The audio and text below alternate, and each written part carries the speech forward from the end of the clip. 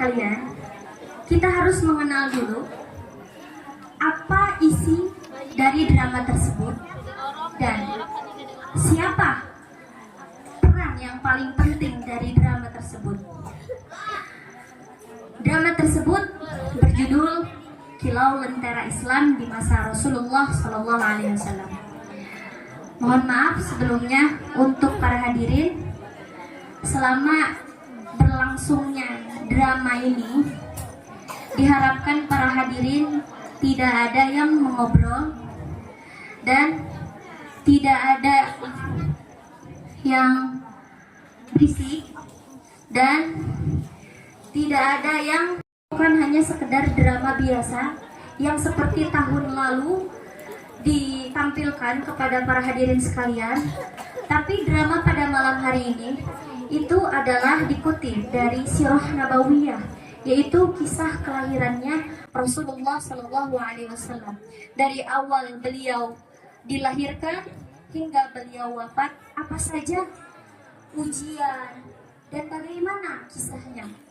Bagaimana kita bisa mencintai Rasulullah SAW?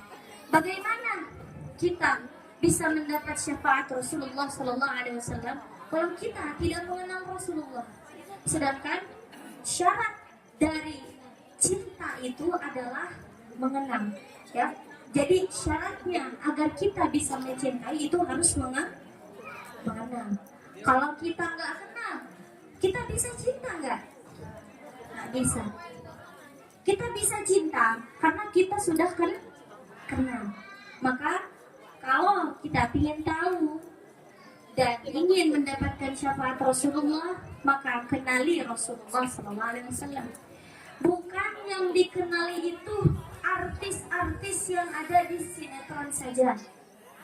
Bukan yang dikenali itu hip-hop ya, orang-orang kafir kalian idolakan, Jimin, Taehyung, Jungkook dan lain-lain itu orang-orang kafir. Tidak patut kita idolakan. Siapa yang patut kita idolakan? Yaitu baginda Nabi Muhammad SAW. Kenapa patut diidolakan? Karena perjuangan dan pengorbanan Nabi Muhammad terhadap umat-umatnya itu sangat luar biasa besarnya. Tidak ada bandingannya. Bahkan seorang ibu sekalipun tidak ada bandingannya.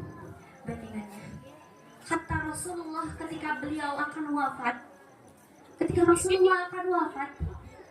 ketika ruhnya dicabut dari jasadnya, yang ibu bapak kalau tahu gambaran dicabut nyawa itu, kata guru saya, ibaratkan ibu masang kain di kaktus. Ibu tahu kaktus tajam? Ibu bapak masang kain di kaktus, terus dicabut secara langsung. Kira-kira itu kainnya pada nempel atau enggak? Nempel. Susah. Mencabutnya itu susah. Itu gambaran dicabutnya ruh dari jasadnya orang. Sedangkan umatnya Rasulullah itu ketika dicabut ruh dari jasadnya, rasa sakitnya itu sudah dikurangi setengahnya oleh malaikat, oleh Allah. Kenapa? Karena itu adalah sebuah permintaan Rasulullah.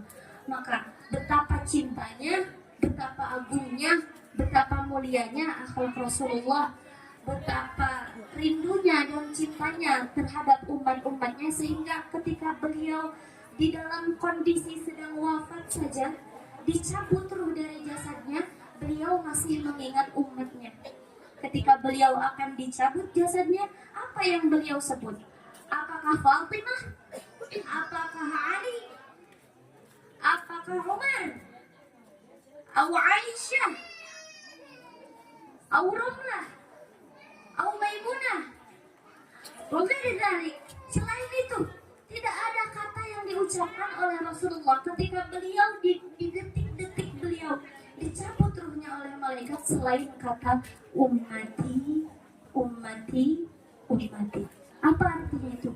Umatku, umatku, umatku. Gede pengorbanan Rasulullah gede cintanya Rasulullah sama kita ya. Hatta pohon, awan, tumbuhan, binatang, semua makhluk hidup yang ada di muka bumi ini, mereka bersalawat kepada Rasulullah SAW. Hatta Allah, Tuhan kita saja, jangan jauh-jauh ya, Tuhan kita saja bersalawat kepada Rasulullah. Innallaha wa malaikatahu yusalluna 'alan nabi ya ayyuhalladzina amanu sallu 'alaihi wa sallimu taslima. Allahumma salli wa sallim wa barik. Siap, Ibu bapak, maaf sebelumnya ya kalau dramanya kurang rapi atau kurang mengesankan, karena ini drama kalau ibu bapak tahu latihan itu hanya 2 minggu saja. 2 minggu ada 14 sketch dan di dalamnya itu isinya tentang Rasulullah. Sedangkan ketika kita memperagakan, mendramakan kisah kehidupan Rasulullah itu tidak boleh ada yang dilebih-lebihkan dan tidak boleh ada yang dikurang-kurangkan. Jadi mohon maaf apabila ada kesalahan di dalam drama ini. Semoga ibu dan bapak sekalian bisa mengambil hikmah dari drama yang akan kita tampilkan pada malam hari ini. Allahumma shalli wa sallim wa barik.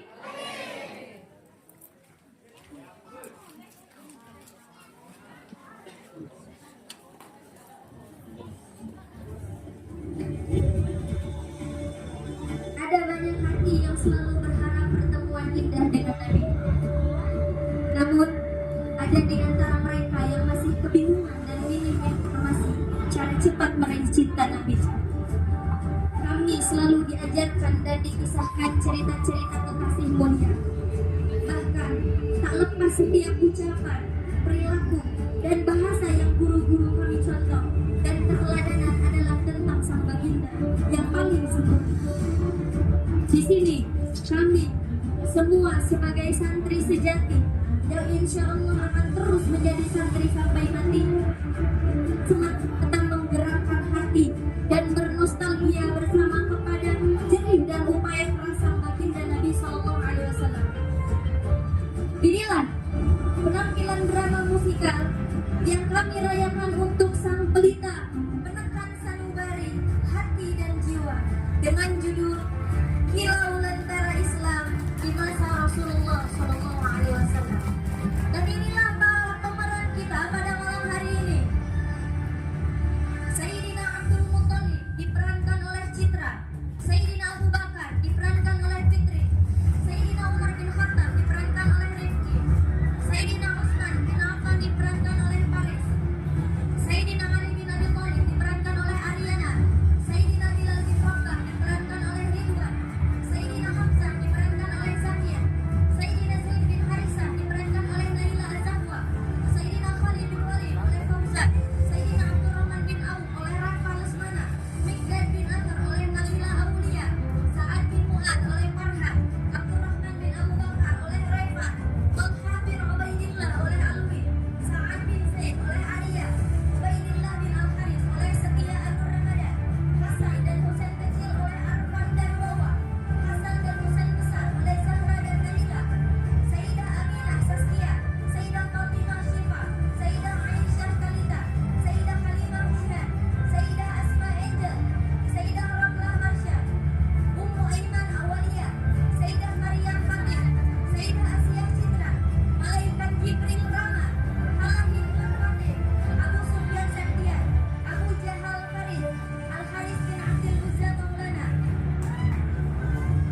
Naufal bin Muawiyah Fahmi, Suhail bin Amr Ija, Damdam bin Umar Al-Ghifari Makfi, Hindun Angel, Budak Hindun Jasmine, Umayyah Rifal, Budak Umayyah Fadil, Penakwil Mimpi Saskia, Pendeta Awaliyah, Syekh Kipatrul Ibadah Faris, Utbah bin Rabi'ah Hindri, Syaibah bin Rabi'ah Hinda, Walid bin Utbah Ayu, Penari, Hila, Puput, dan Afifah, teman-teman masa kecil Nabi, Rosa, Hina, Ahmad, Sasan, teman-teman Aminah, Marsha, Kalita, Syifa, wanita pembawa surat, Jasmine, Muslimin, Zahra, Alia, Raifah, dan Maulana, Hafirin, Deal,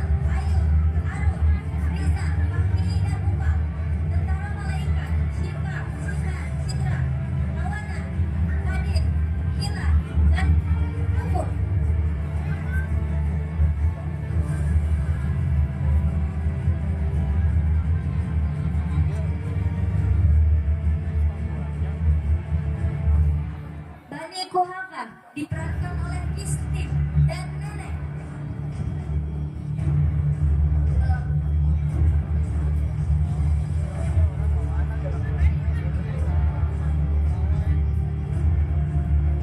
Dan inilah wajah-wajah mereka. Sallallahu Nabi Muhammad.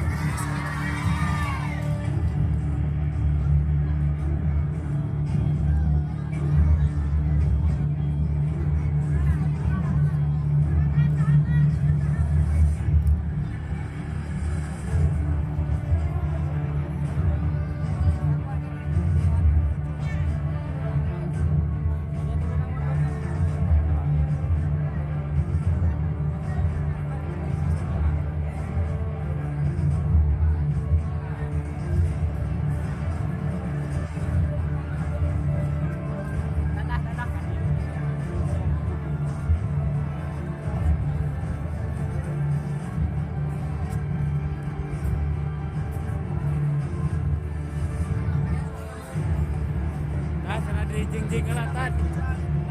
Tan. Tan. Tan. Lagi jing-jing bawaan senangan dia dan jing-jing lah bawaan senangan dia.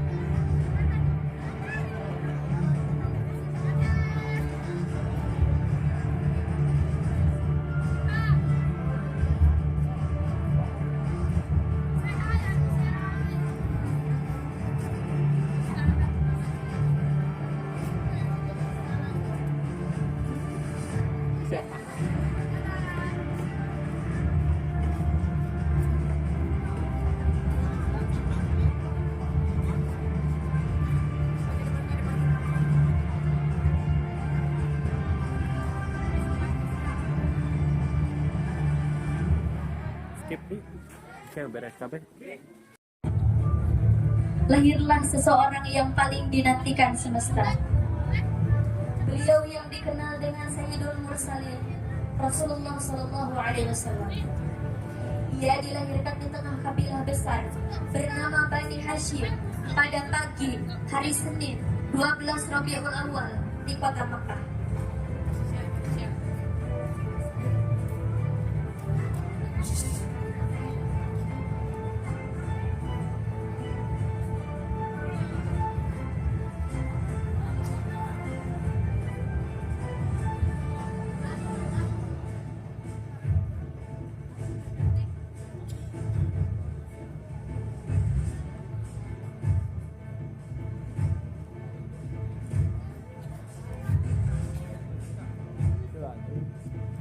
Sungguh aku melihat akan muncul seorang utusan agung yang akan memurnikan kita semua.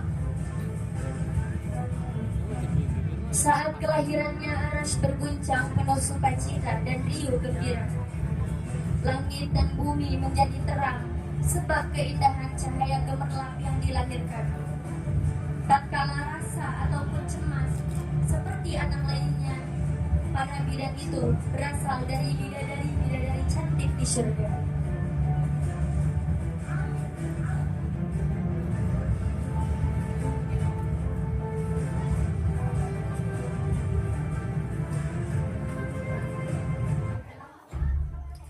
Sudah menjadi tradisi di kalangan bangsa Arab untuk mencari para wanita yang dapat menyusui bayi-bayi mereka sebagai tindakan preventif dari tersebarnya penyakit-penyakit kota.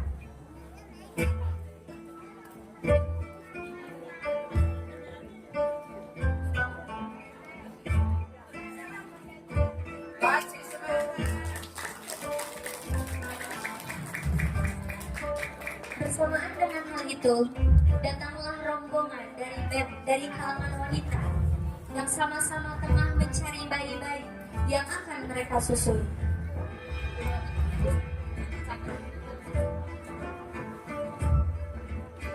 Dan tatkala ditawarkan Rasulullah Shallallahu Alaihi Wasallam kepada mereka, mereka semua menolaknya setelah diberitahukan keadaan beliau yang yatim waktu itu.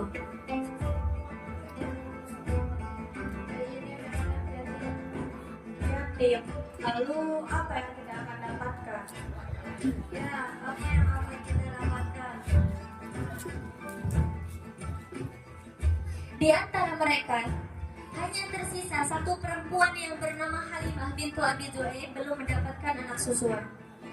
Sedangkan semua rekannya masing-masing telah mendapatkannya. Kemudian, ia pun berdiskusi dengan suaminya mengenai hal tersebut, karena ia pun enggan pulang tanpa membawa sang bayi.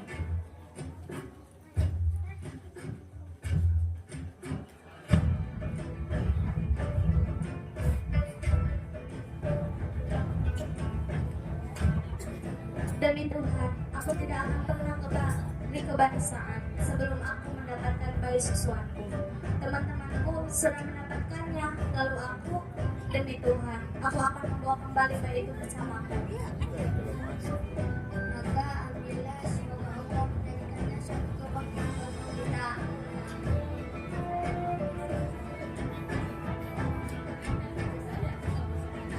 Maka dengan hasil musyawarah, ia pun membawa bayi kecil Muhammad dengan suaminya menuju Bani Sa'ad.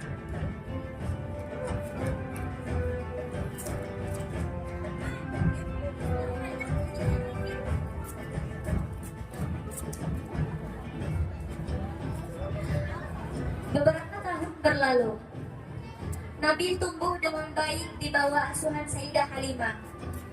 Pertumbuhan dan perkembangan Nabi melebihi anak seusianya, baik dari segi fisik maupun kedewasaan teman-teman sebayanya. Suatu hari, bermain bersama teman-teman sebayanya di Bani Sa'ad.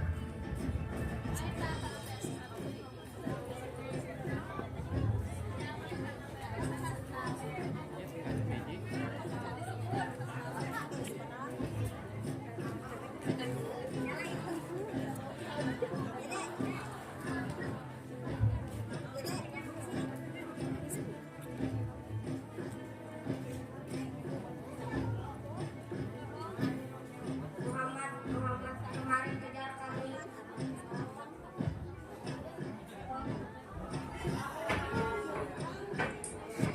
Tiba-tiba malaikat Jibril mendatangi Nabi dan membelah dadanya.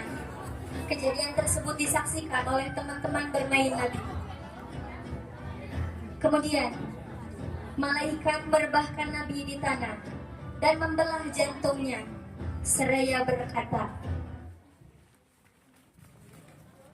ini adalah bagian syaitan dari dirimu. Kemudian ia pun mencuci jantung tersebut dengan air zam-zam yang berada dalam wadah yang terbuat dari emas. Setelah itu, ia pun mengembalikannya seperti semula. Serentak anak-anak berlari ketakutan sembari berteriak dan mengabarkan kepada Sayyidah Halimah bahwa Nabi Muhammad telah dibunuh, dan saat itu usia Nabi berkisar antara 4 sampai 5 tahun.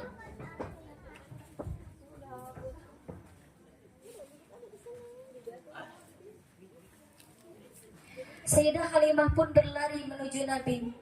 Dipeluklah Nabi dengan wajah pucatnya. Lalu beliau dibawa pulang ke rumah Sayyidah Halimah guna menenangkan diri.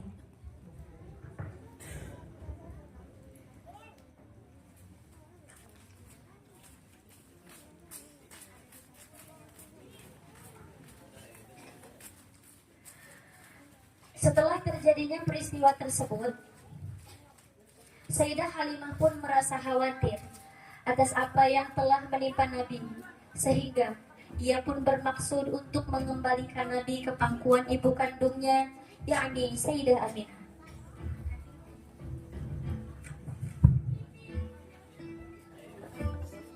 apakah aku kembalikan bayi ini pada Aminah? Baru saja setelah kembalinya Nabi ke pangkuan sang ibunda di usia Nabi ke-6, Sayyidah Aminah dan Nabi Muhammad mengadakan perjalanan ke kota Yathrib untuk mengunjungi makam ayahandanya sembari mengenalkan Nabi kepada kerabat-kerabat ayahandanya yang berada di sana.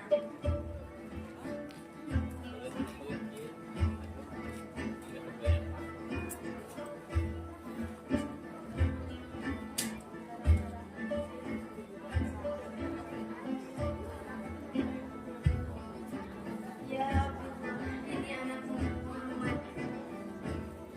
Hari-hari pun berlalu. Setelah 1 bulan lamanya menetap di kota Yathrib, Sayyidah Aminah mengajak Nabi untuk pulang ke kota Mekah. Namun sayangnya, di tengah perjalanan pulang, Sayyidah Aminah jatuh sakit, sehingga beliau pun menutupkan matanya untuk selama-lamanya di kota Abwa. Setelah dimakamkan di kota Abwa, Nabi pun dibawa pulang ke kota Mekah oleh sang kakek tercinta. Kini, tinggallah berdua, cucu dengan kakeknya terkasih.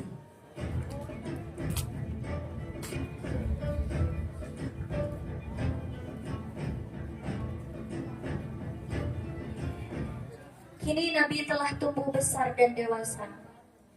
Setelah ditinggal kakek, Nabi tinggal dengan paman kandungnya Abu Thalib.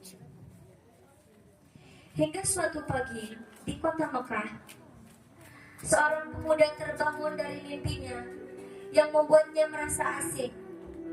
Pemuda tersebut bernama Abdul Ka'bah yang kelak akan dipanggil dengan sebutan Abu Bakar As-Siddiq.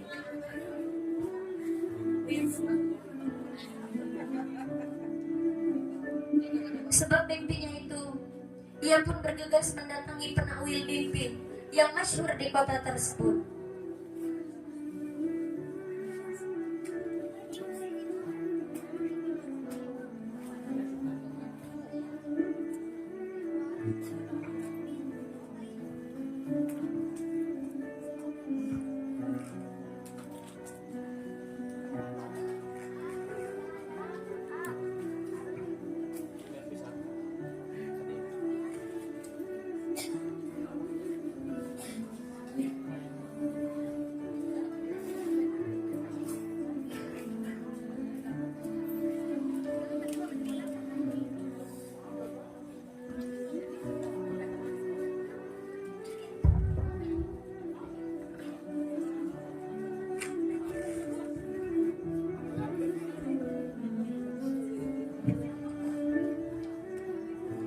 Wahai Syekh, sesuatu mengganggu pikiran.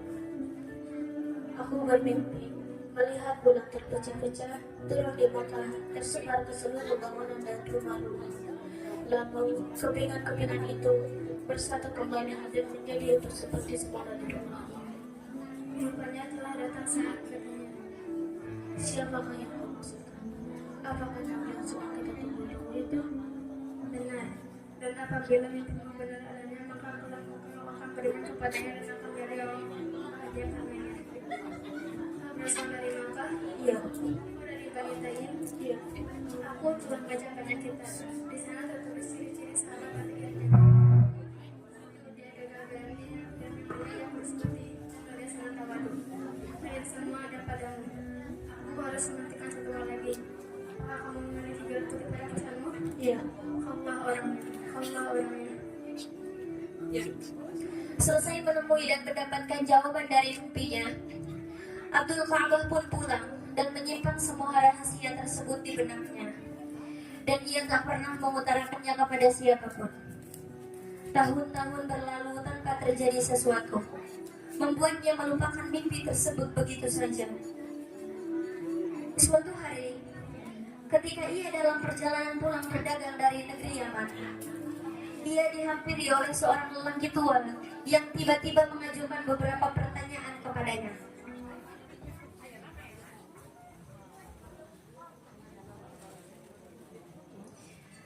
Seketika, ia pun ingat kembali kepada mimpi aneh yang dulu pernah ia lupakan. Kemudian, disingkaplah baju atas yang ia kenakan guna memperlihatkan gurun putih di pusarnya tersebut.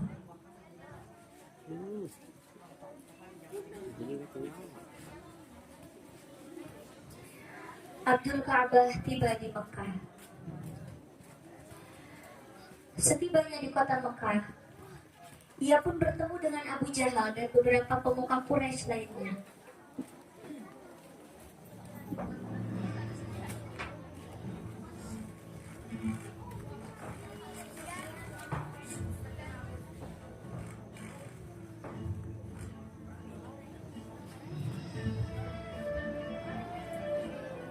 Mereka saling bercerita bahwa anak yatim Abdullah bin Abdul Muttalib yakni Muhammad Al-Amin, sahabat mereka sejak kecil, telah menganggap dirinya sebagai nabi akhir zaman.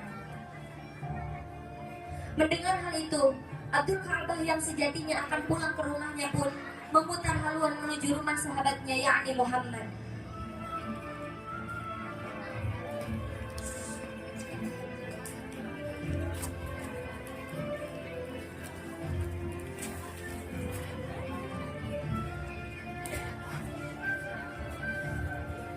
Wahai Muhammad, apa benar yang dikatakan Quraisy? Kau menyuruh mereka meninggalkan Tuhan-Tuhan mereka, menyebut mereka bodoh, dan menyuruh mereka menyembah Tuhanmu? Iya, betul. Lalu, apa buktinya? Buktinya adalah surat yang berisi bait syair yang dititipkan oleh seorang ahli kitab kepadamu. Maka berikanlah surat itu padaku, wahai Abdul Ka'bah. Bagaimana kau mengetahuinya? Allah Tuhan yang mengutusku memberitahukannya padaku. Setelah mendengarnya, tak ada lagi keraguan di hati Abdul Ka'bah. Gerimis hidayah itu pun turun, begitu indah rasa haru tak mampu disembunyikannya. Kemudian, butiran air mata mengalir deras di pipinya. Dijabatnya erat tangan sang sahabat tercinta. Kemudian, ia pun bersaksi tanpa ragu di hadapannya. Asyhadu an la ilaha illallah wa asyhadu anna Muhammadar Rasulullah.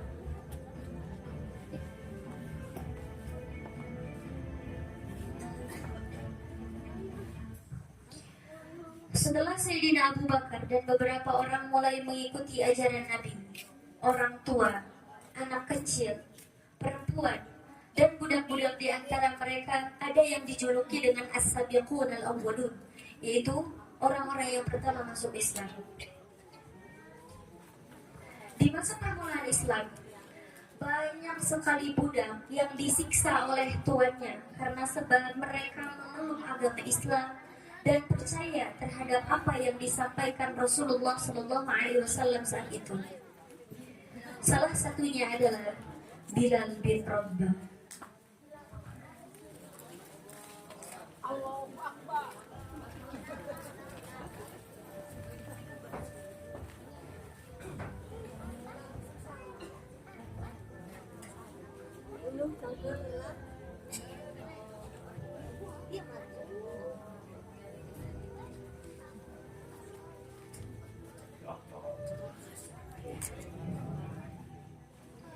Tuannya tidak membiarkannya begitu saja, dan ia terus-menerus menyiksanya hingga tak tersisa satu kulit pun yang tidak terluka. Katakan hubal ya Bilal, katakan hubal ya Bilal. Siapa yang lebih kuat sekarang? Tuhanmu apa tuanmu? Bawa batunya, letakkan di atasnya.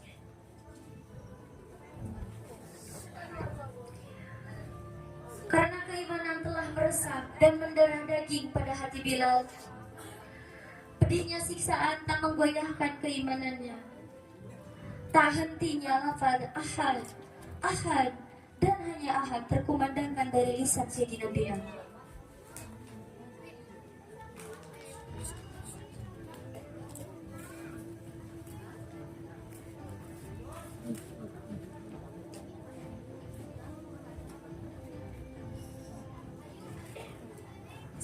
Sudah selesai ya Umayyah. Hingga suatu hari, Sayyidina Abu Bakar melewati tempat itu dan melihat hal keji yang sudah dilakukan Umayyah terhadap Bilal. Dengan sigap, Sayyidina Abu Bakar pun berniat untuk membeli Sayyidina Bilal dari Umayyah. Namun, Aku akan membayar budak ini dengan harga 100 dinar. namun sekali lagi Umayyah pun tahu akan hasrat Sayyidina Abu Bakar dan dia pun sengaja menaikkan harga tebusan Bilal. Dengan harga spesial, aku akan membayarnya 200 dinar. Jika harga budak dinaikkan, aku akan membelinya sendiri di tahun depan. Meski demikian, tingginya harga jual yang ditawarkan Umayyah tidak mengurungkan niat Abu Bakar untuk tetap menebus Sayyidina Bilal. Kalau saja dia tidak berguna untuk bunuh atau bawa, terserah, aku tak peduli. Kemudian ditebuslah Sayyidina Bilal dengan mahar tinggi itu oleh Sayyidina Abu Bakar.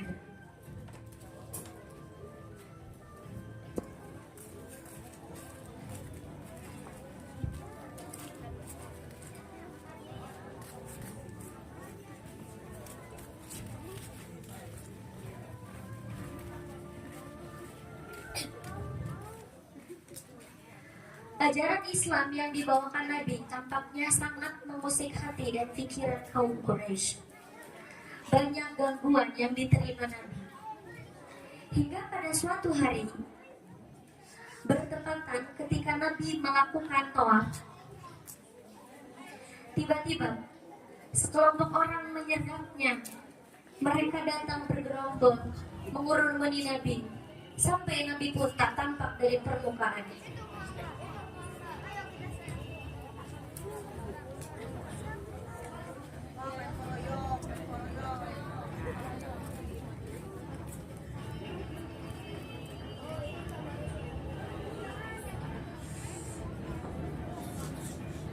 Oh, ini kan manusia yang ingin aku beberapa kali. Biarkah yang memerintahkan kita untuk meninggalkan agama nenek kita dan membuat kawan-kawan kita meninggalkan leluhur dan kerabatnya. Iya, akulah orang yang telah mengajak kalian dari menyembah berhala kepada menyembah Allah pencipta kita semua. Akulah orang yang mengajak kalian meninggalkan kegelapan jahiliyah kepada cahaya Islam yang terang benderang.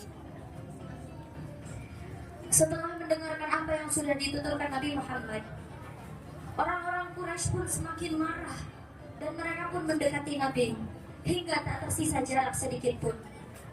Sampai-sampai ada di antara mereka yang mengawali untuk memukul Nabi.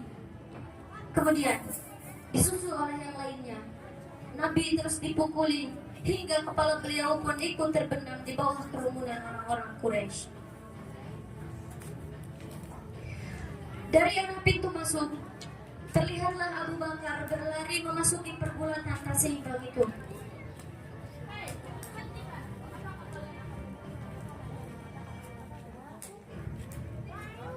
Sampai di sana, ia mendapati Nabi yang sudah penuh dengan memarah sebab pukulannya bertubi-tubi.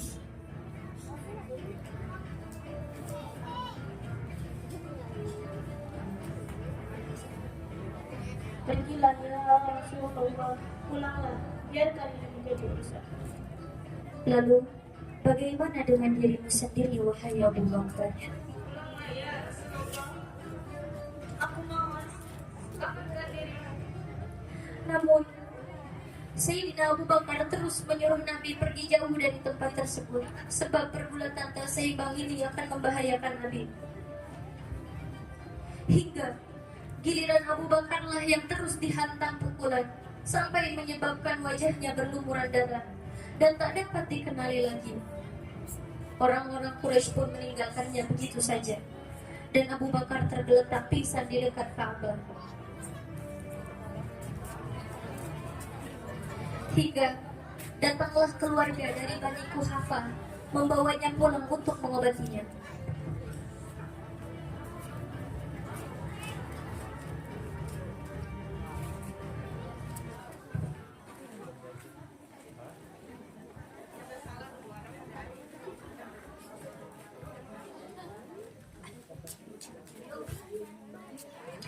Sayyidina Abu Bakar pun pingsan dengan waktu yang lama, dari waktu duha hingga menjelang maghrib matahari terbenam.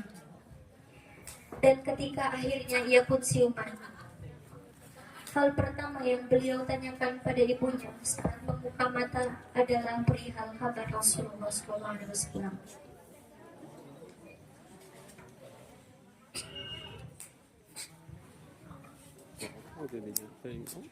Tidak, aku tidak bisa tenang sebelum memastikannya, Ibu. Namun Sayyidina Abu Bakar terus menyuruh Nabi,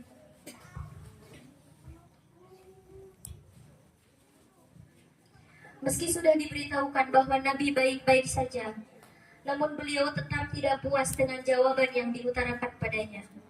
Dan ia amat tergesa-gesa agar dapat bertemu dengan Nabi untuk memastikannya secara langsung. Ibu, tolong antarkan aku menemui kekasihku.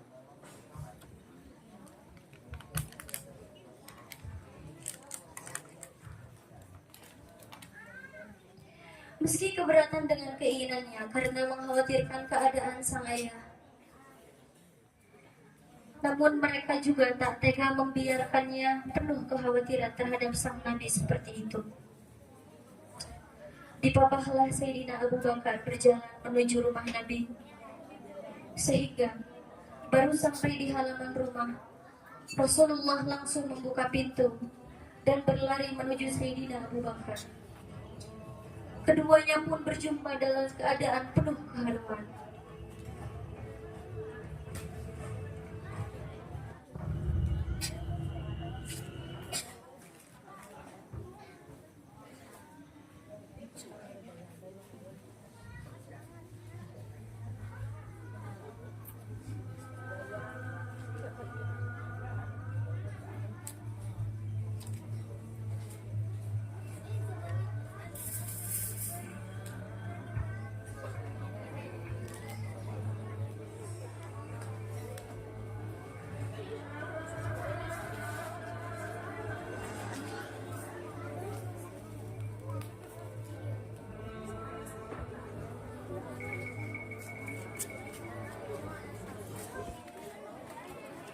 Perang Badar. Setelah melewati banyak rintangan dari pembangkangan kafir Mekah, akhirnya Nabi memutuskan untuk hijrah. Namun ternyata kaum Quraisy Mekah tetap terus mengganggu Nabi hingga pada puncak perang Badar yang amat populer di ingatan kita. Namun, ada salah satu kisah pemicu perang tersebut yang masih asing untuk kita, yaitu pada suatu hari sampailah berita kepada Nabi SAW bahwasanya Abu Sufyan berangkat dari Syam dengan membawa 1000 unta sekaligus harta yang banyak sekali. Ada yang mengatakan sekitar 50.000 dinar. Ketika itu diwakili oleh sedikit pasukan dan tidak lebih dari 70 orang. Oleh karena itu, Nabi pun mengutus Thalhah bin Ubaidillah dan Sa'ad bin Zaid untuk menuju tempat tersebut. Dan beliau berkata, unta-unta Quraisy tersebut membawa banyak harta, dan pergilah kalian ke sana. Semoga Allah menjadikan harta tersebut sebagai ghanimah untuk kalian.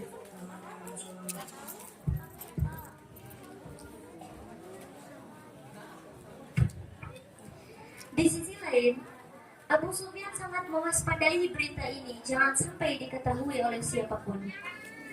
Pada suatu kesempatan, sampai berita kepadanya bahwa Nabi akan mencegah untanya.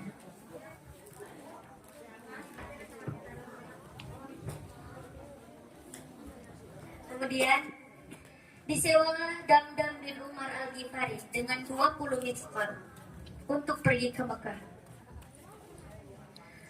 Dan diperintahkan kepadanya untuk membuat fitnah yang keji dengan memotong hidung untanya dan merobek pakaian yang ia kenakan tatkala ia akan memasuki Mekah, serta mendatangi orang-orang Quraisy untuk meminta agar mereka bergegas menuju ke harta-harta mereka yang sedang diincar oleh Muhammad dan para sahabatnya. Berangkatlah Damdam ke Mekah dengan segera dan dilaksanakan apa yang diperintahkan oleh Abu Sufyan.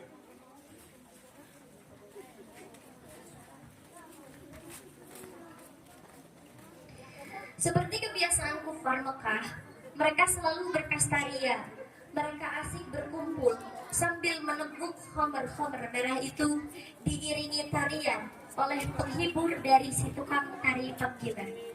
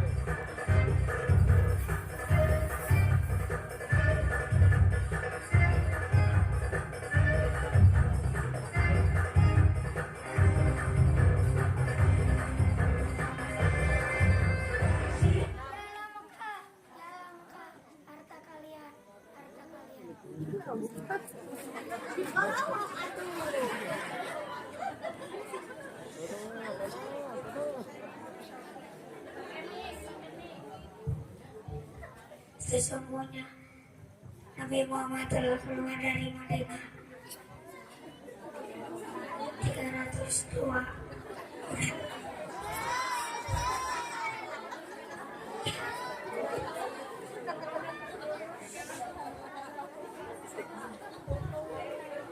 Sesungguhnya Nabi Muhammad telah keluar dari Madinah 302 bulan. Silakan saya memasukkan dan lanjutkan pesannya. Iya.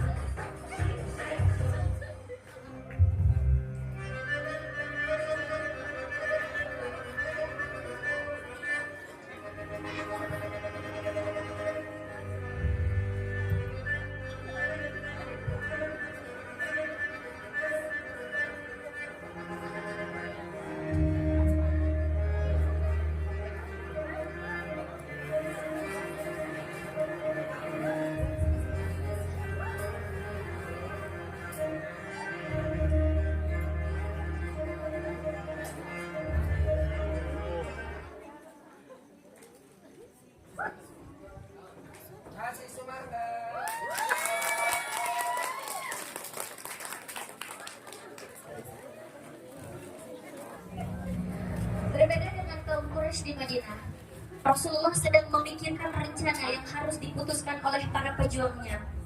Mengingat perkembangan yang demikian kritis dan begitu tiba-tiba, Rasulullah pun mengadakan rapat majelis militer tingkat tinggi, mengundang para menteri pembesar dari sahabat-sahabatnya Rasulullah.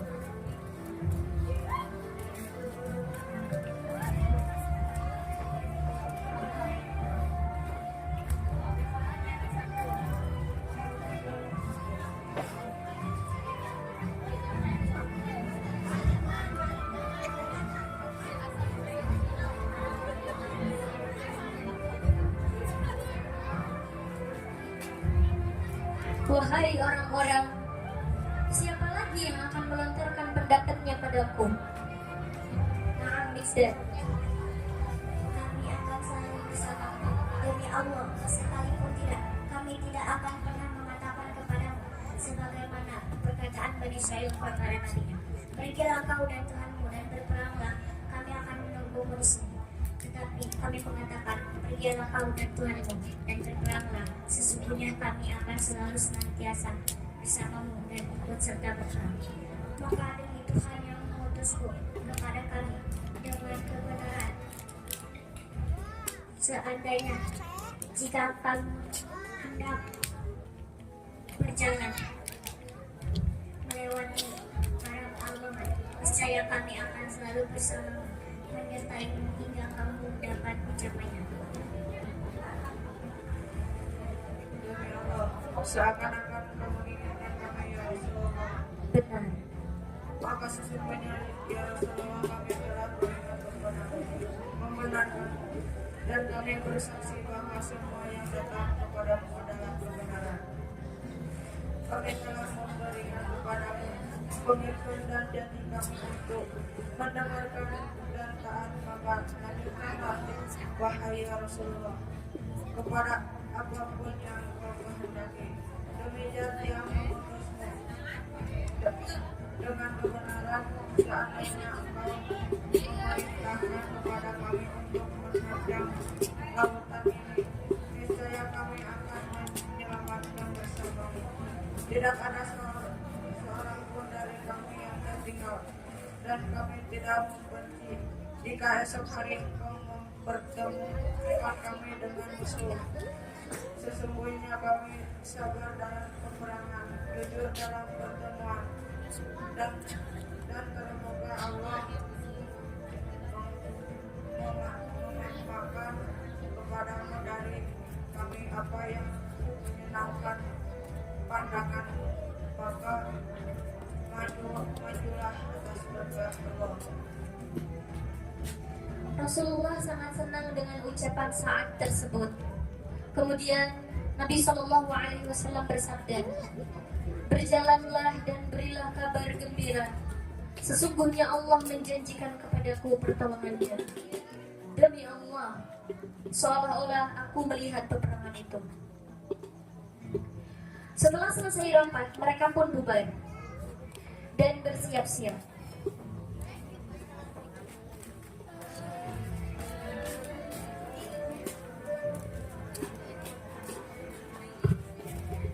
Di tempat tersebut, Nabi melakukan sendiri patroli peperangan bersama Abu Bakar. Tiba-tiba, mereka bertemu dengan seorang kakek tua dari bangsa Arab.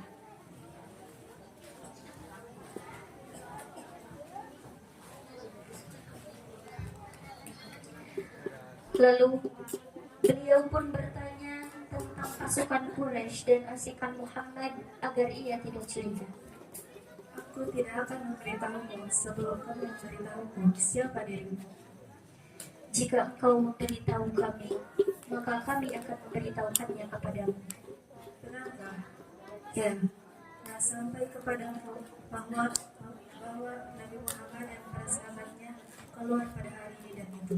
Jika apa yang dikatakannya kepadaku benar, maka hari ini mereka ada di tempat ini dan itu. Dan telah sampai kepadaku bahwa kaum Quraisy keluar pada hari ini dan itu. Jika apa yang dikatakannya kepadaku benar, maka mereka ada di tempat ini dan itu. Maka dari manakah kamu? Kami dari Ma'an. Air apa? Air Irak.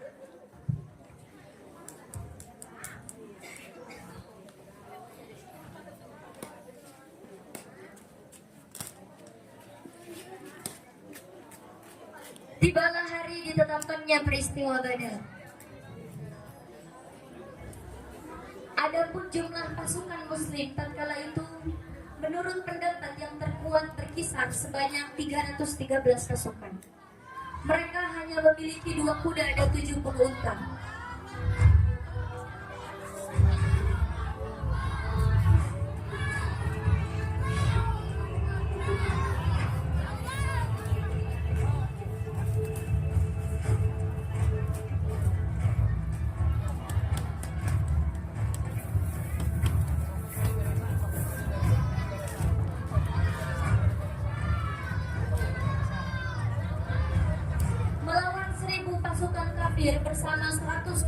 700 unta beserta persiapan perang yang sudah amat matang.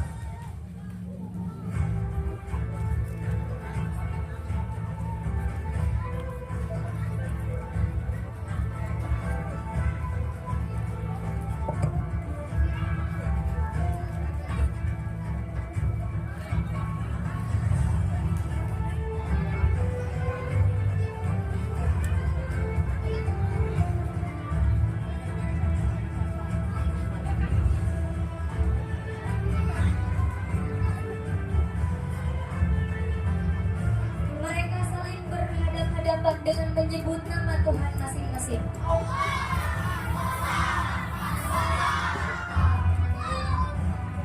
Pada subuh Jumat, Nabi Shallallahu Alaihi Wasallam mengatur barisan sahabat-sahabatnya. Kemudian, Utbah bin Rabi'ah yang berbaris di antara saudaranya, Syaibah dan anaknya Al-Walid bin Utbah, keluar dari barisan musyrikin dan mengajak untuk perang tanding. Kedepankan para juaramu.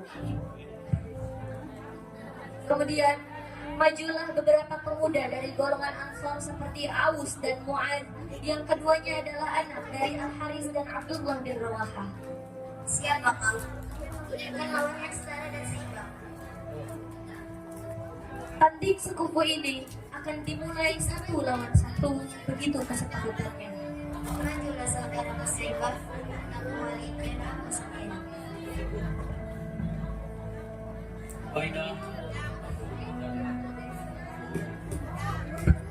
Akhirnya Ubaidah melawan Uqbah, Hamzah melawan Syaibah, dan Ali melawan Al-Walid.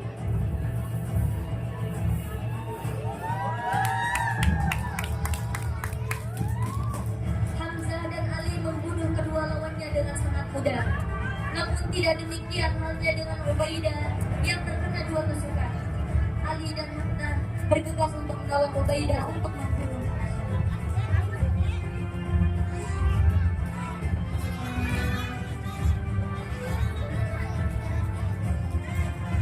Tarik.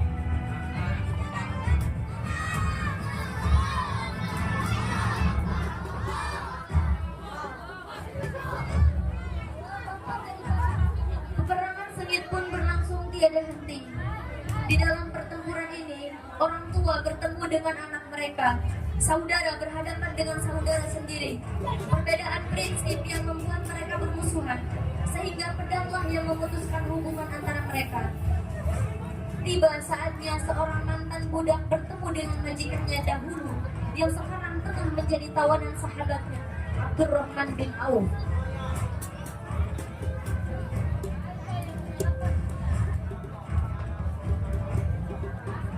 Lalu mereka pun mengepung Umayyah dan membunuhnya. Sementara Abdurrahman bin Auf melepaskan diri dari gabungan tersebut.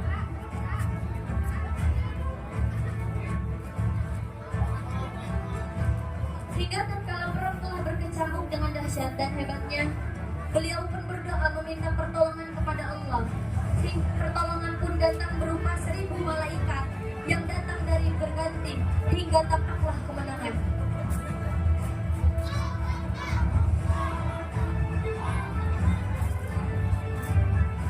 Pertempuran pun berakhir dengan kekalahan telak di pihak kaum musyrikin dan kemenangan gemilang di pihak kaum muslimin.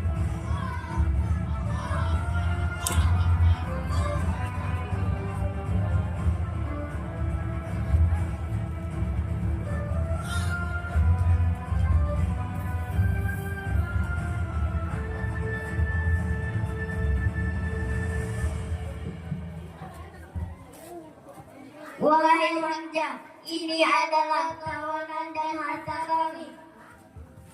Rasulullah menolong untuk merawat anak.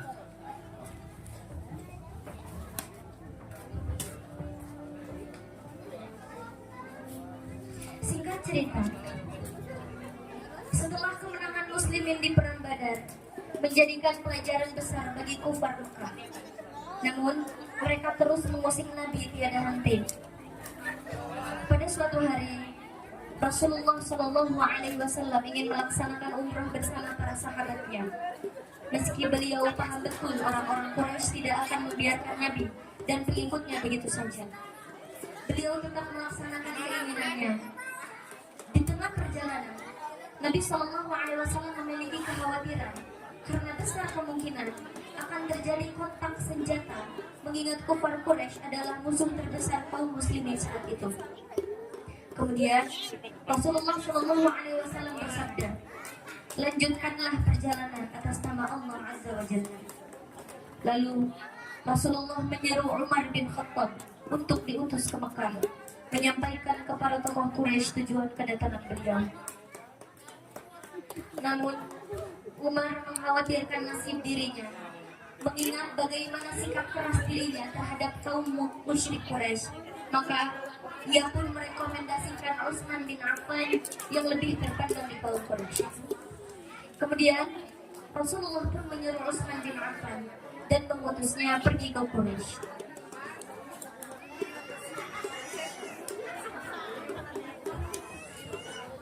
Baik ya Rasulullah.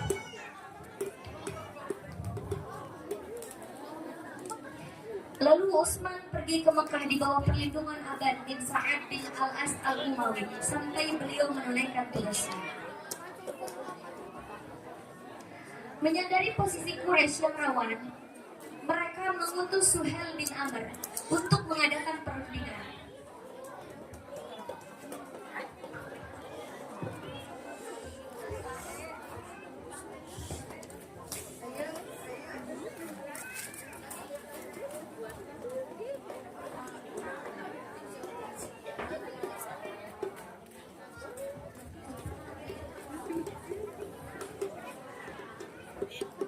Putusan telah datang.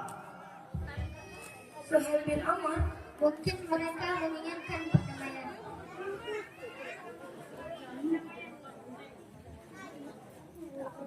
Muhammad, mereka memperbarui perdamaian antara kamu dan Mekah. Apakah kau setuju? Apa ini? Bismillah. Aku tidak paham. Cukup tuliskan dengan nama Allah. Dan ini perjanjian antara Muhammad utusan Allah. Jika aku percaya bahwa engkau adalah utusan Allah, aku tidak akan berperang melawanmu. Tuliskan. Ini adalah perjanjian antara Muhammad anak Abdullah dengan Suhail bin Amr. Itu baru benar. Setelah Suhail menemui Rasulullah SAW dan berunding panjang lebar, akhirnya kedua belah pihak menyepakati perjanjian atau yang dikenal sebagai Perjanjian Hudaybiyah. Perjanjian Hudaybiyah dibentuk sebagai upaya untuk mendamaikan kaum muslimin dan kaum Quraisy yang sudah berkonflik cukup lama, mulai dari perang Badar, Uhud, Khandaq, dan lain-lain. Setelah perjanjian disepakati, situasi menjadi lebih aman dan tidak terjadi peperangan. Namun, perjanjian itu dilanggar kaum Quraisy yang membantu Bani Bakar menyerang dan membantai Bani Khuza'ah, sekutu umat Islam. Pada bulan Syaban tahun 8 Hijriah, pergilah Naufal bin Muawiyah Ad-Dilli bersama sekelompok orang dari Bani Bakar guna membalas dendam masa lalu mereka kepada umat Islam.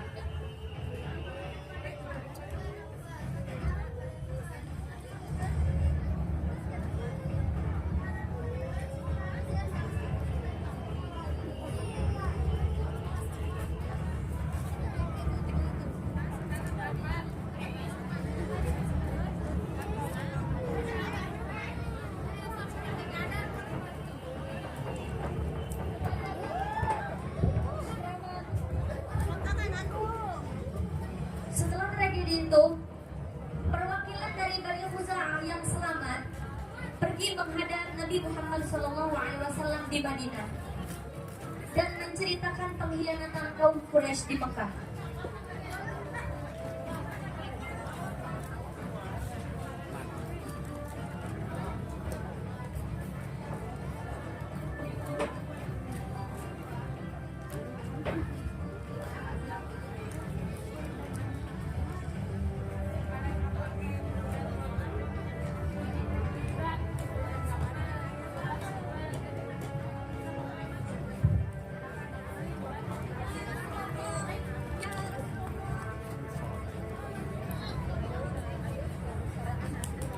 tenanglah wahai saudaraku, ceritakan kepada kami apa yang terjadi denganmu. Ya Rasulullah, Bani Bakar telah membunuh kami. Ya Rasulullah, mereka menyerang kami tanpa satupun dari kami yang memegang senjata. Akibat pengingkaran kaum Quraisy itu, Nabi Muhammad segera menyiapkan 10.000 pasukan untuk menaklukkan Mekah. Meski menyiapkan pasukan dengan jumlah besar, Nabi tidak menghendaki adanya peperangan. Ia bahkan berpesan pasukannya tidak menyerang kecuali dalam keadaan terpaksa.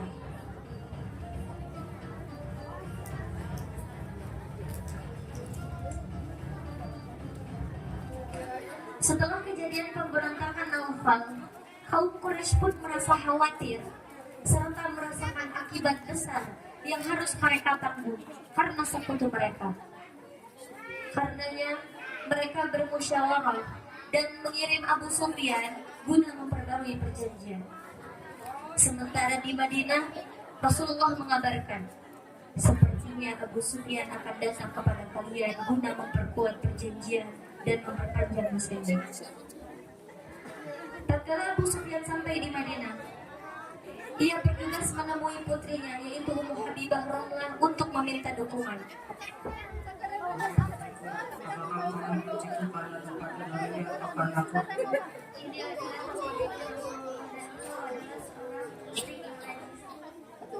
Namun, ia mendapatkan penolakan. Lalu, ia pun menuju Rasulullah guna memperpanjang perjanjian. Ya Rasulullah, orang-orang Bani Bakar telah melanggar perjanjian Hudaybiyah. Aku meminta maaf sebagai perwakilan dari Hizbut Tahrir. Namun, Rasulullah enggan untuk menatapnya. Mengapa kau berpaling dariku ya Muhammad? Muhammad, jangan pergi. Mengapa aku tidak dibenarkan untuk memperbarui perjanjian nama ini? Waktu itu sudah malam, bagaimana kamu tahu kalau itu orang-orang kami? Kemudian, ia menghampiri Abu Bakar dan Umar. Namun ia mendapatkan penolakan. Bahkan, Umar dengan terang-terangan mengutarakan keinginannya untuk memenggal kepala Abu Sufyan. Ya Abu Bakar, Aku tidak bisa. Tak adakah seorang pun yang melakukan apa-apa untukku. Sekalipun tidak ada lagi senjata di sisiku selain ibu, maka aku akan menggunakannya untuk memenggalmu. Lalu, ia menemui Ali bin Abi Thalib yang sedang bersama Fatimah, juga Al-Hasan dan Al-Husain, dan jawabannya pun masih tetap sama.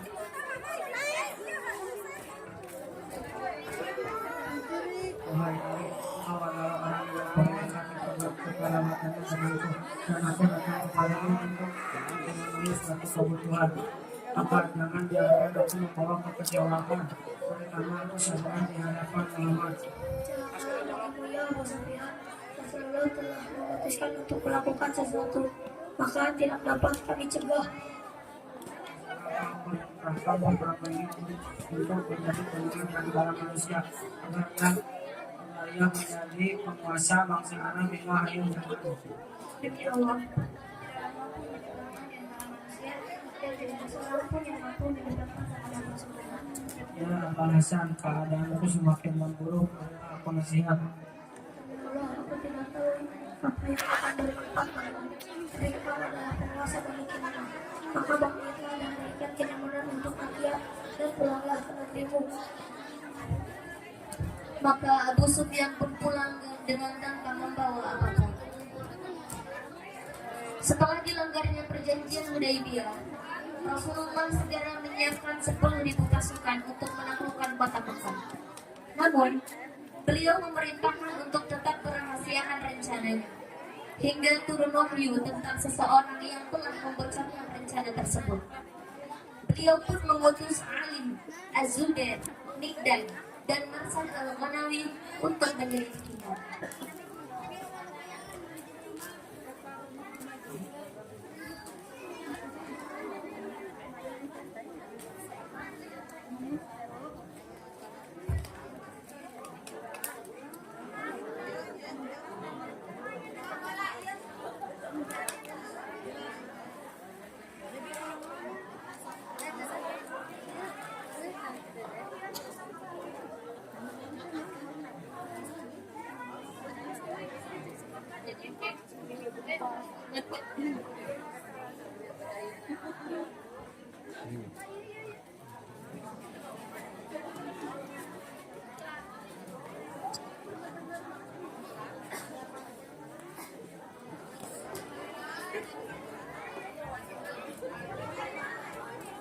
Rasulullah mengutus Ali, Az-Zubair, Miqdad, dan Marsad al-Ghanawi untuk menyelidikinya.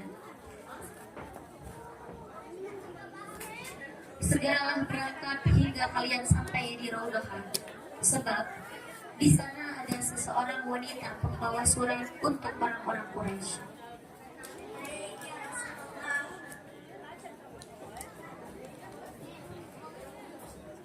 Dan dengarlah, mereka menemukan perempuan itu. Dia menyembunyikan suratnya di bawah kondenya.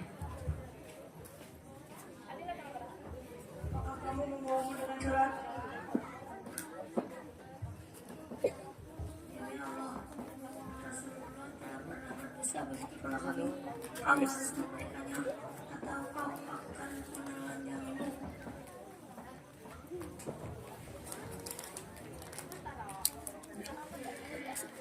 Di tengah rencana perebutan kota Mekah, para kaum Quraisy dibuatnya semakin khawatir atas keselamatan mereka, hingga mereka memutuskan untuk menyerah kepada Rasulullah. Di momen yang sama, Abu Sufyan pun menemui hidayahnya. Ia bersaksi di hadapan Nabi.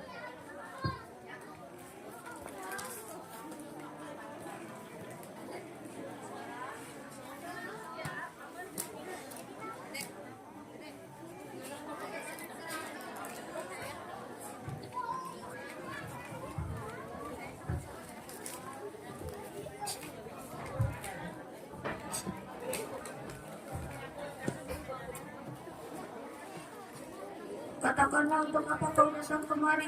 Aku telah melihat kebingungan orang-orang mengelilinginya, dan aku juga mengerti kekuatan yang kau miliki. Muhammad, jika kau setuju dengan Hanya apa sudah waktunya kau membukakan hati untuk masuk agama Rasul. aku masih memiliki keraguan.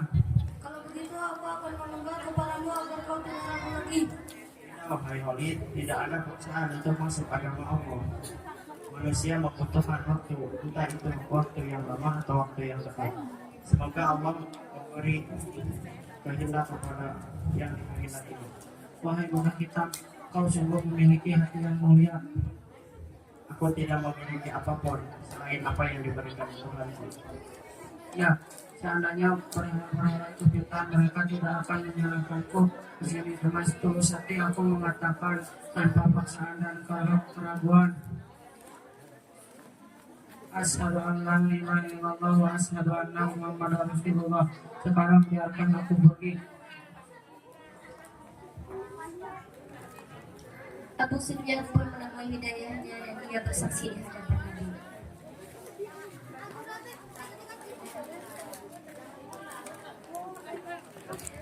Di sisi lain, peristiwa pertemuan kota Makkah inilah yang masyhur kita kenal dengan disebut peristiwa Fathu Makkah. Dengan persiapan matang, akhirnya pasukan sahabat Nabi siap menaklukkan yang disebut pembubaran berhala-berhala. Bertepatan dengan hal tersebut pula, Rasulullah tidak lupa untuk memerintahkan para pasukannya untuk menghancurkan berhala-berhala yang berada di sekitar Ka'bah.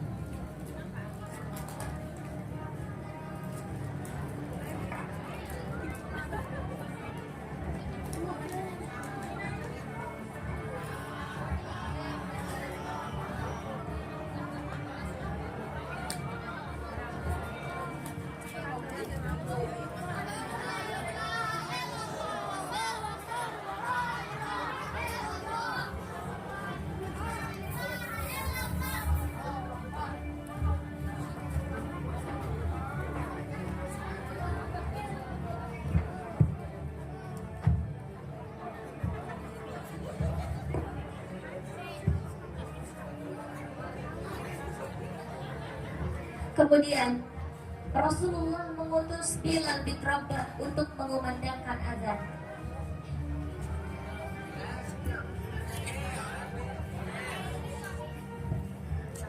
Allahu Akbar. Allahu Akbar. Allahu Akbar. Allahu Akbar. Asyhadu an la ilaha illallah. Asyhadu an la ilaha illallah. Asyhadu anna Muhammadar Rasulullah. Asyhadu anna Muhammadar Rasulullah. Hayya 'alas shalah. Hayya 'alas shalah. Hayya 'alal falah. Hayya 'alal falah. Allahu Akbar. Allahu Akbar. La ilaha illallah. Akhirnya Mekah pun telah diluluhkan dan tidak ada lagi Mekah yang dipencilkan, melainkan dipenuhi cahaya kenabian. Allahu Akbar.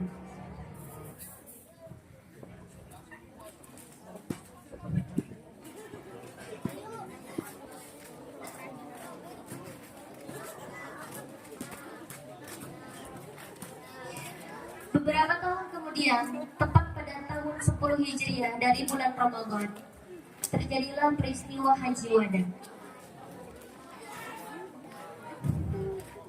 Sekitar 124 kaum muslimin berkumpul di sekitar beliau.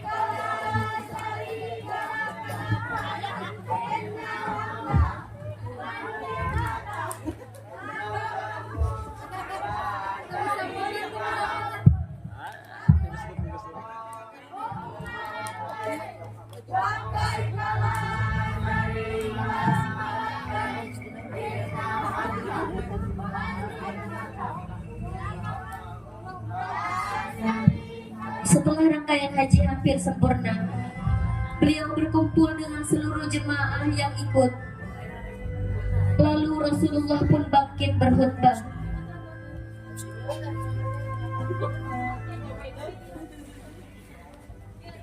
Wahai sekalian manusia, dengarlah perkataanku ini. Karena sesungguhnya aku tidak mengetahui. Barangkali setelah tahun ini aku tidak akan berjumpa lagi dengan kalian dalam keadaan seperti ini selamanya. Tunaikanlah haji kalian sebagaimana aku menunaikannya. Barangkali aku tidak akan menunaikan haji lagi setelah tahun ini. Ketika dakwah telah sempurna dan Islam telah menguasai keadaan, tanda-tanda kehidupan dengan orang-orang yang masih hidup mulai tampak terasa dalam perasaan beliau. Kemudian Nabi menyambung kembali ucapannya, sesungguhnya ada seorang hamba yang diminta untuk memilih satu dari dua hal oleh Allah,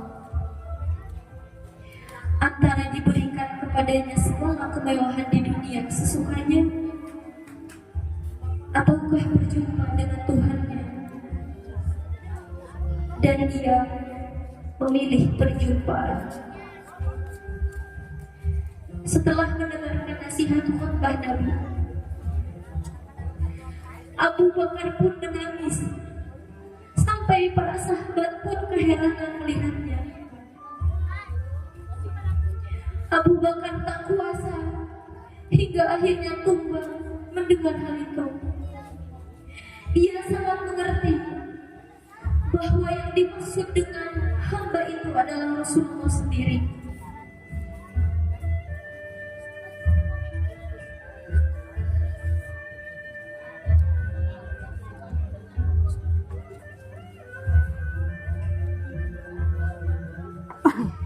Nabi tersenyum dan menjawab Abu Bakar, "Tenangkan hatimu wahai Abu Bakar."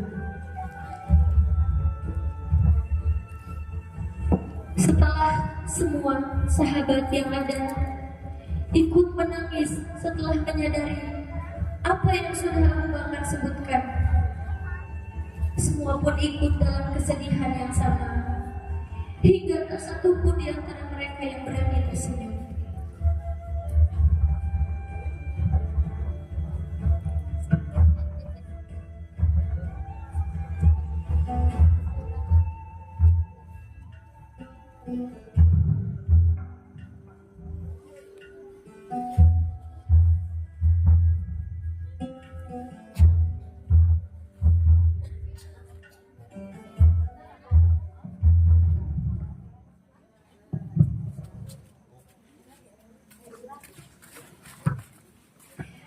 Sepulang haji wada, Nabi Muhammad SAW jatuh sakit.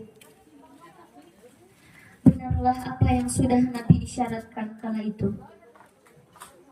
Semua nasihat khutbah itu terjadi begitu cepat. Nabi sudah lama merasakan perpisahan ini.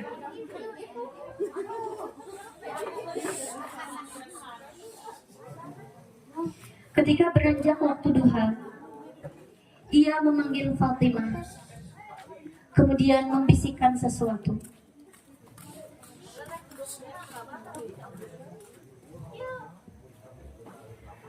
Beliau mengatakan bahwa sakit inilah yang akan mengantarkannya kepada kematian. Fatimah pun menangis. Kemudian Rasulullah pun memanggilnya kembali dan membisikkan sesuatu yang lain. Ia mengabarkan bahwa yang pertama kali menyusul beliau adalah Fatimah, dan Fatimah pun tersenyum. Sungguh, aku sangat menasihatimu wahai ayah. Fatimah, tidak ada cobaan yang akan menimpa ayahmu setelah hari ini. Kemudian Nabi memanggil Al-Hasan dan Al-Husain, kemudian menciumnya.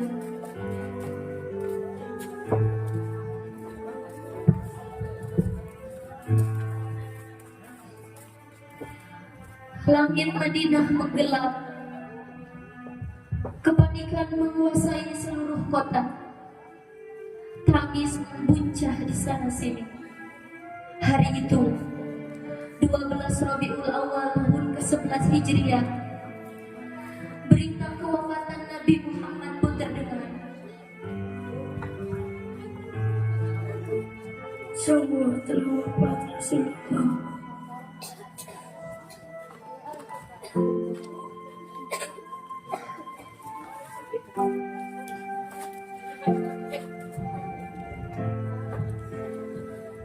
Sungguh telah wafat Rasulullah.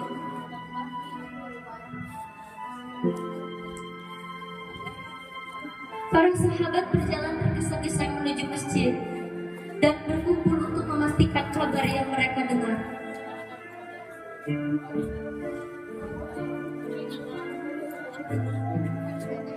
Sedangkan di luar rumah, Umar bin Khattab kehilangan akal sehatnya.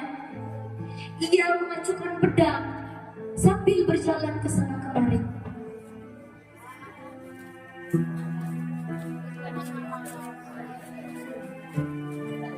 Umar berprinsip bahwa Nabi hanya pergi sementara untuk kembali lagi, seperti halnya Nabi Musa alaihissalam.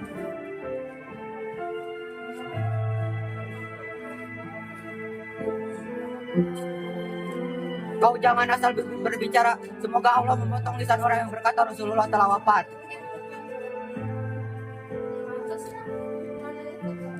Di tengah hiruk pikuk itu, Abu Bakar datang sebagai penenang bagi semua muslimin. Ia harus menjadi ayah pengganti setelah Rasulullah tiada. Meski hatinya sendiri hancur berantakan, para sahabat pun sadar betapapun sedihnya mereka atas kehilangan Nabi, kesedihan Abu Bakar pastilah lebih dalam lagi.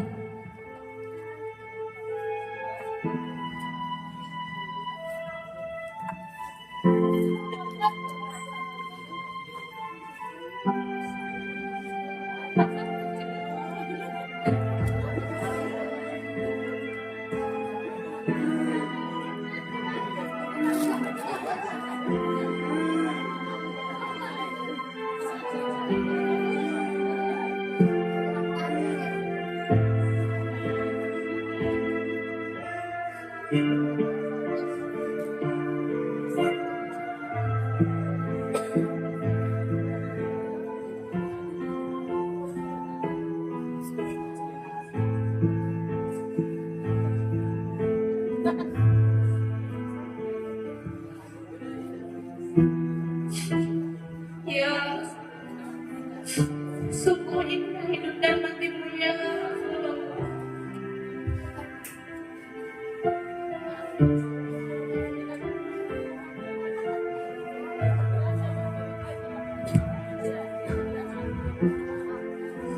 Ya Rasulullah, aku pernah mendengar cerita tentang betapa cintanya engkau terhadap umatmu. Bahkan di saat detik-detik kematianmu, engkau masih memikirkan kami umatmu. Bagaimana nasib kami jika engkau tiada ya Rasulullah? Bahkan ketika engkau menghadapi sakaratul maut, engkau panggil kami ummati, ummati, umatku. Umatku sebutmu di tengah pedihnya perpisahan nyawa dari raga ya Rasulullah. Engkau masih sempat memikirkan kami. Engkau memiliki keluarga, tapi cintamu pada umatmu sangat luar biasa ya Rasulullah. Sementara kami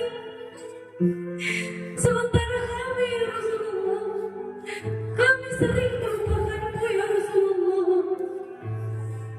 Lidah kami selalu lincah menyanyikan lirik-lirik yang kami sukai, tetapi kau sangat bersolawat kepadamu ya Rasulullah. Betapa hinanya kami yang tidak menyadari cintamu. Betapa hinanya kami yang tidak bisa merasakan kenikmatan iman kepadamu ya Rasulullah.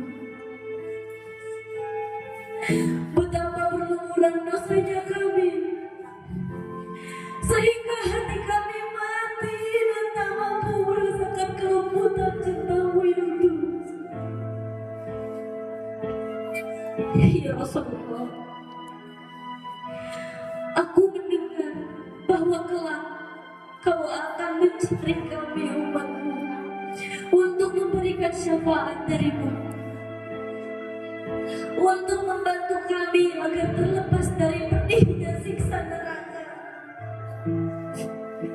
Sementara Allah mempersilahkan engkau menuju surga dengan leluasa, tapi cintamu kepada umatmu lebih besar, sehingga engkau memilih untuk membantu kami agar bisa merasakan surga bersamamu ya Rasulullah. Ya Rasulullah, akankah kami umatmu yang sering melupakanmu akan mendapat syafaatmu? Akankah kami umatmu yang sering melupakanmu akan mendapat syafaatmu ya Rasulullah? Ya Rasulullah, izinkan kami mencintaimu, Izinkan kami mencintaimu dengan sepenuh jiwa dan raga. Izinkan kami menjadi umat yang akan menerima syafaat darimu. Semoga Allah masih memberikan kami kesempatan untuk belajar mencintaimu sebagaimana engkau mencintai kami ya Rasulullah. Izinkanlah kami yang ini kelak ingin bersamamu di jannahnya. Ishfa'lana ya Rasulullah. Ishfa'lana ya Rasulullah. Laisa yashfa'lana siwaka ya Rasulullah. Yawma la yashfa'lana illa siwaka ya Rasulullah. Ya Rabb, Ya Rabbi wajma'na wa ahbaban lana fi darikal firdaus ya rajwana. Ya Rabbi wajma'na wa ahbaban lana fi darikal firdaus ya rajwana. Bil Mustafa salli alaihi wa alihi ma harakat rihasana asana.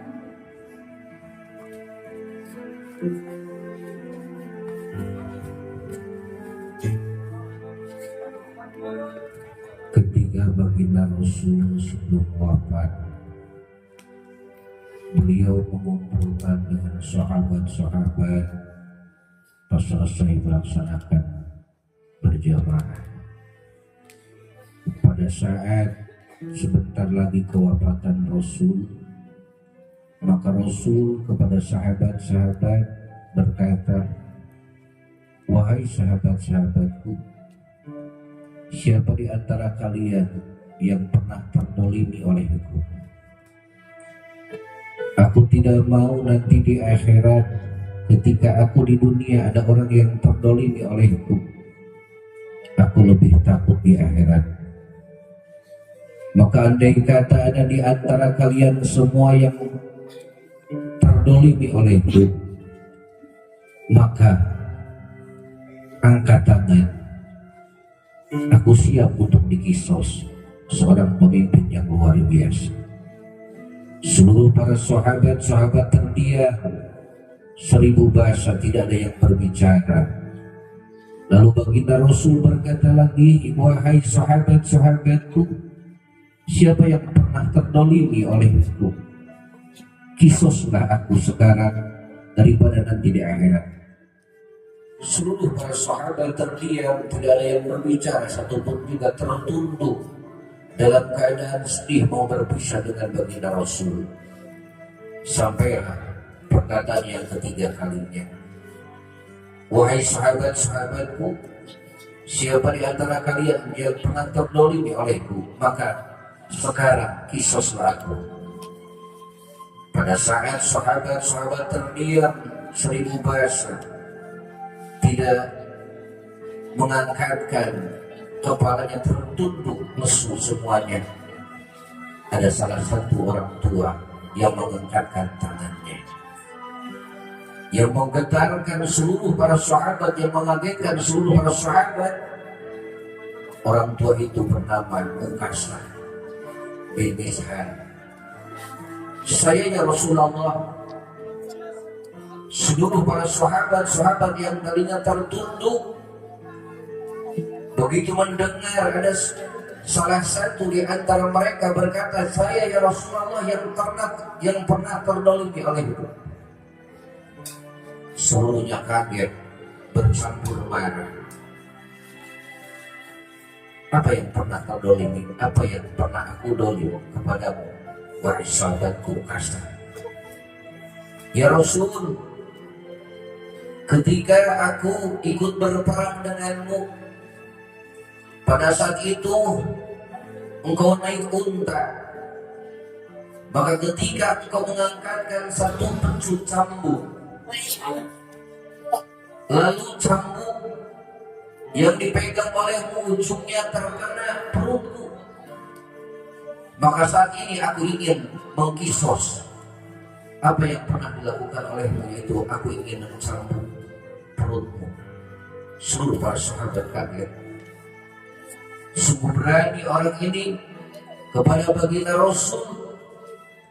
Sayyidina Abu Bakar Siddiq marah, tapi dia menahan diri. Apa kata baginda Rasul?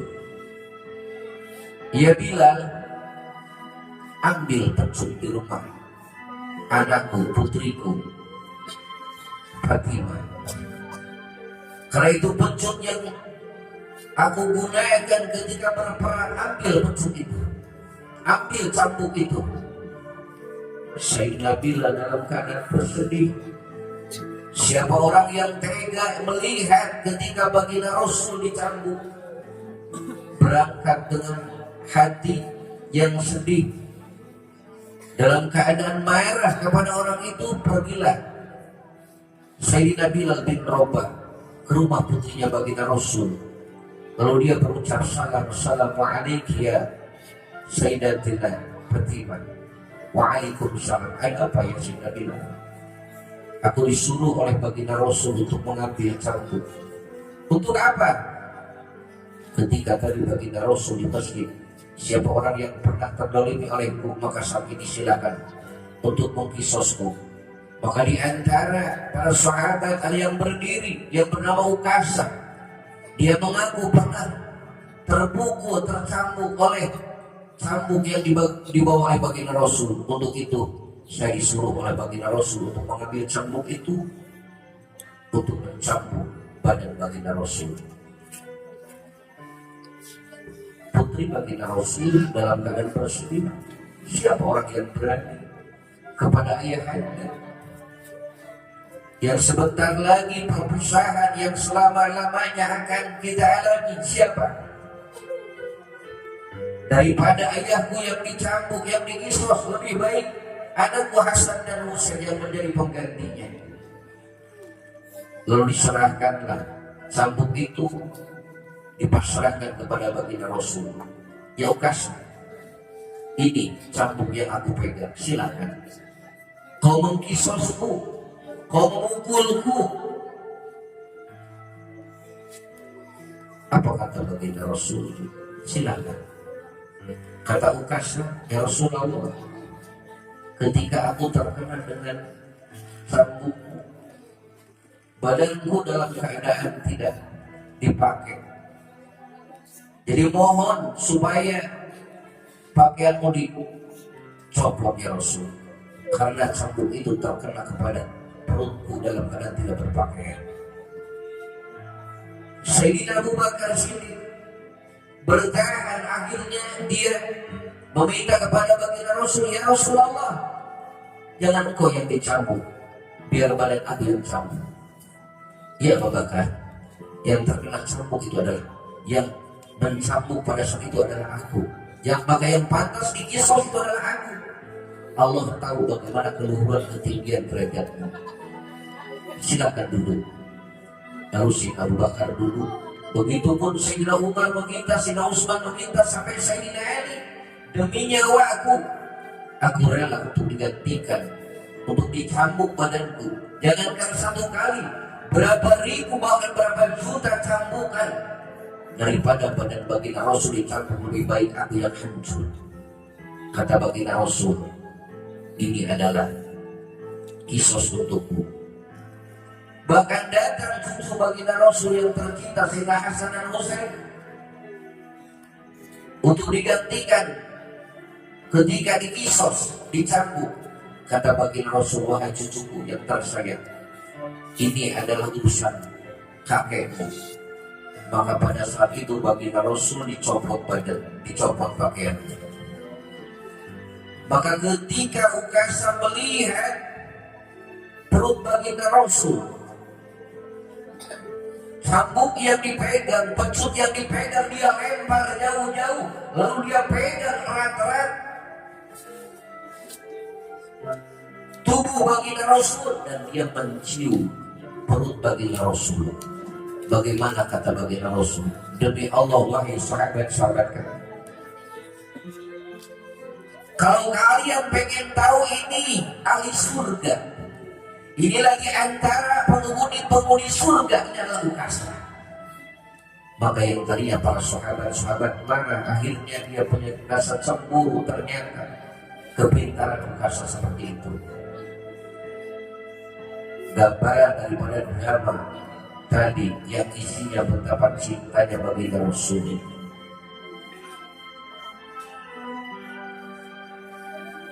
Pada saat nanti kita di alam mahsyar meminta pertolongan, bersama kemarin tidak ada yang mampu memberikan pertolongan kecuali bagi Rasul. Seluruh para nabi-nabi yang lain tidak bisa memberikan syafaat kepada umatnya, apalagi kepada umat yang lain, terkecuali bagi Rasul. Maka semoga dengan drama yang isinya cinta bagi Rasul kepada umatnya, kita termasuk umat yang mendapatkan syafaatul uzma dari beliau. Kita mendapatkan syafaatul uzma dari beliau. Kita mendapatkan syafaatul uzma dari beliau.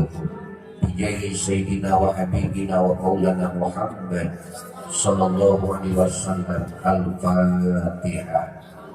A'udzu billahi minasyaitonir rajim. Bismillahirrahmanirrahim.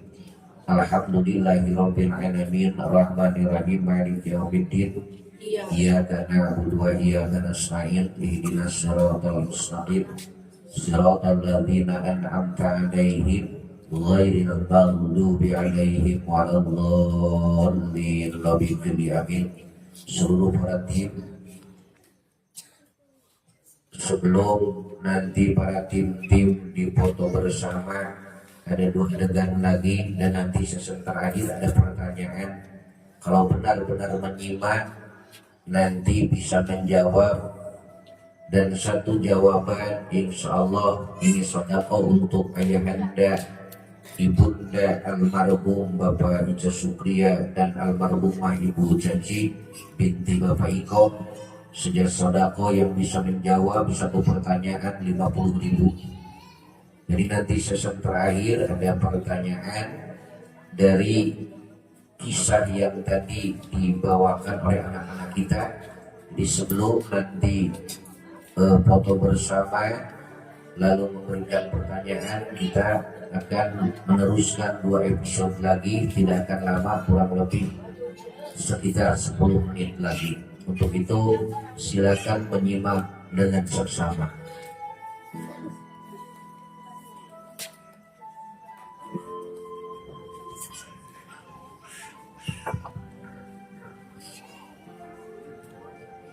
Sepeninggal Rasulullah SAW, penanggung jawab kaum muslimin dibebankan di atas pundak kekhalifahan Sayyidina Abu Bakar As-Siddiq. Suatu hari, Bilal pergi menjumpai khalifah untuk menyampaikan isi hatinya.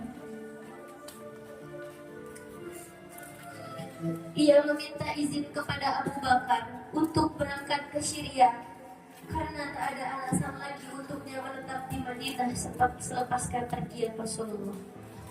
Ya Khalifah, aku izin. Izin apa ya? Aku izin untuk tidak azan lagi di sini. Aku tidak akan mengharumkan orang yang telah diangkat oleh Rasulullah SAW. Wahai Abu Bakar, izinkanlah aku. Tidak, kecuali kau punya alasan. Dulu waktu Rasulullah ada, dia suka membangunkanku dan dia bilang untuk sholat. Atau aku yang suka membangunkan Rasulullah. Dan ketika itu aku berangkat ke masjid berdoa. Dan setelah itu aku naik ke menara, lalu aku ingin memandangkan adzan dan aku melihat ke Rasulullah. Rasulullah tersenyum. Lalu aku mau memandangkan adzan. Jika seperti itu tidak, maka lakukannya.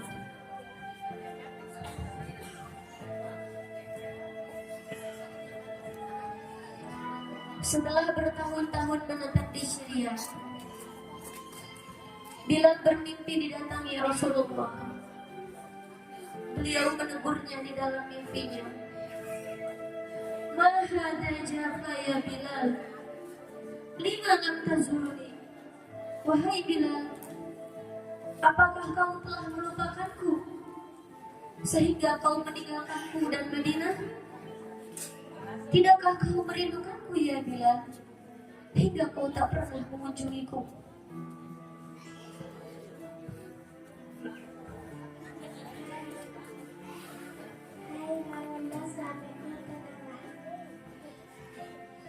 Tatkala terbangun dari mimpinya, Sayyidina Bilal pun menangis dengan sejadi-jadinya. Aku bermimpi Rasul, aku ditegur. Wahai Bilal, alangkah gersangnya hatimu, lama kau tak jumpa denganku. Ya Rob, aku takut titik. Ya Rob, aku takut kehilangan Rasul. Wahai sahabatku, sepertinya memang saatnya kamu berbicara kepada Rasulullah. Ia pun lantas bergegas bersiap-siap untuk mengunjungi Nabi ke Madinah. Sesampainya di Madinah, ia berjalan menuju makbarah Rasulullah untuk berziarah. Ia berjalan dengan perjalanan yang indah, menanti perjumpaan dengan sang Nabi. Ia pun terus berjalan di atas teriknya matahari. Kemudian, ia pun mengingat Rasulullah, sehingga ia pun mendatangi menara yang biasa ia kumandangkan azan ketika Rasulullah masih hidup. Kemudian,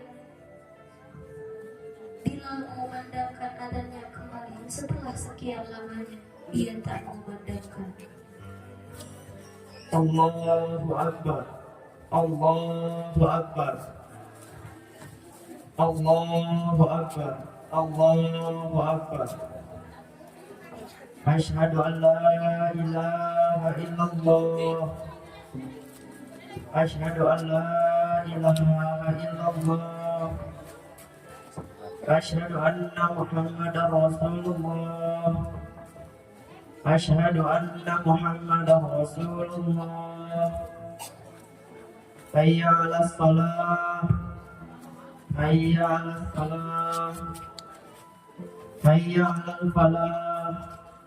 Hayya 'alal falah. Allahu Akbar. Allahu Akbar. La ilaha illallah.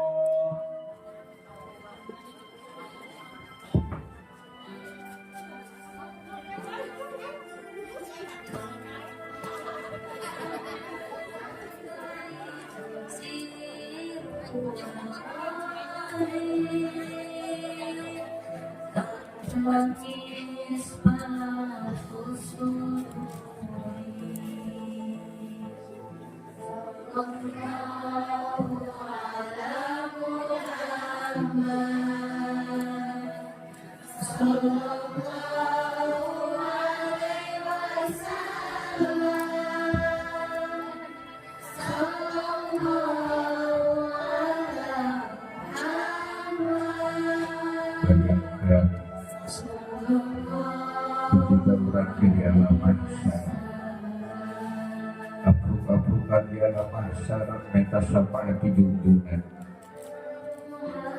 ulang tangan ulang dikhawatirkan ujung-ujungnya diantarkan ketika umat-umat musanisnya disampaikan ujung-ujungnya ya Rasulullah bismillah ya Rasulullah sampaikan Nabi ya Rasul umat-umat manusia dirawu di bangku penjemputan dikhawatirkan orang di hari-hari itu dikhawatirkan orang diancamkan bagi Rasul dengan sebab orang di alam dunia bisa izingan dina hakikatnya cinta kepada Rasul.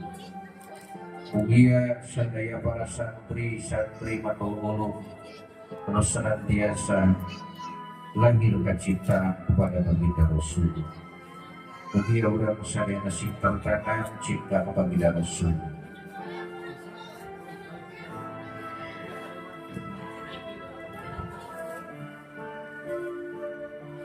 Para jamaah sadayana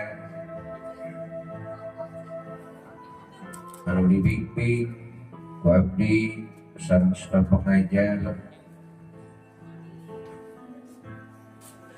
lain hukul anu dipanggung ieu seueur kami mengajar sukarela tanpa pamrih teu digaji tapi langsung ku Allah. Listrik itu bikin kepentingan aranjeunna. Kami tidak meminta per bulan. Bikin staf pengajar. Bahkan ketika listrik bayaran naik, berpikir upaya dinaikkan listrik kan. Kami sama sekali ngajar baik usaha diikin teh alia sama sekali itu pamrih butuh gaji tapi butuh doa.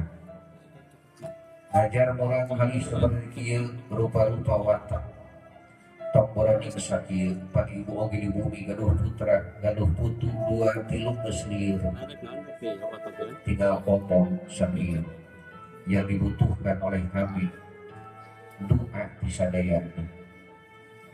Demi Allah satu huruf kalau diamalkan ku guru-guru hidup mau bisa kabayar dugikeun sayyidina Ali kaula ridho dijantankeun hamba sahaya pikeun jalma nu mere ilmu sanajan sahurup doakeun terutama staf pengajar oge abdi di istiqomahkeun.